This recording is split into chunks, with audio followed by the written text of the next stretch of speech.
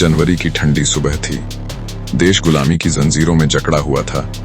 हर गली, हर गांव में डर और निराशा पसरी हुई थी।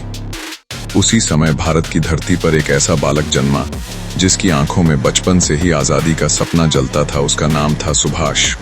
सुभाष पढ़ाई में तेज था, अनुशासन प्रिय था और अन्याय को सहन नहीं कर सकता था।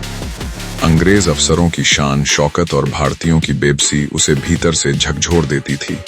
जब उसके सामने एक सुरक्षित, सम्मानजनक नौकरी का रास्ता खुला तो उसने उसे ठुकरा दिया, क्योंकि उसके लिए देश की आजादी व्यक्तिगत सुख से कहीं बड़ी थी। समय बीतता गया। सुभाष अब नेताजी बन चुके थे। उन्होंने देखा कि केवल शब्दों से नहीं बल्कि पराक्रम से आजादी मिलेगी। तब उन्होंने देश से बाहर जाकर आजाद हिंद फौज का गठन किया। यह फौज हथियारों से नहीं बल्कि बलिदान की भावना से बनी थी। नेताजी ने गर्जन भरी आवाज में कहा, तुम मुझे खून दो, मैं तुम्हें आजादी दूंगा। यह केवल नारा नहीं था, यह गुलाम भारत की धड़कन बन गया। उनके सैनिक भूखे रहे, थके रहे, लेकिन कभी झुके नहीं। हर कदम पर मौत थी, फिर भी उनके चेहरे पर डर नहीं था, क्योंकि वे जानते थे पराक्रम का अर्थ जीत नहीं बल्कि सत्य के लिए निडर होकर खड़े होना है।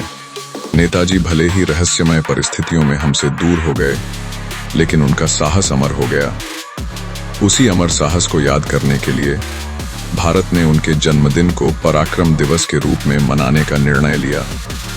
यह दिन हमें याद दिलाता है कि पराक्रम तलवार उठाने में नहीं बल्कि अन्याय के सामने झुकने से इनकार करने में है। अगर आप अभी अपने देश से प्यार करते हैं तो वीडियो को जरूर लाइक करें। धन्यवाद।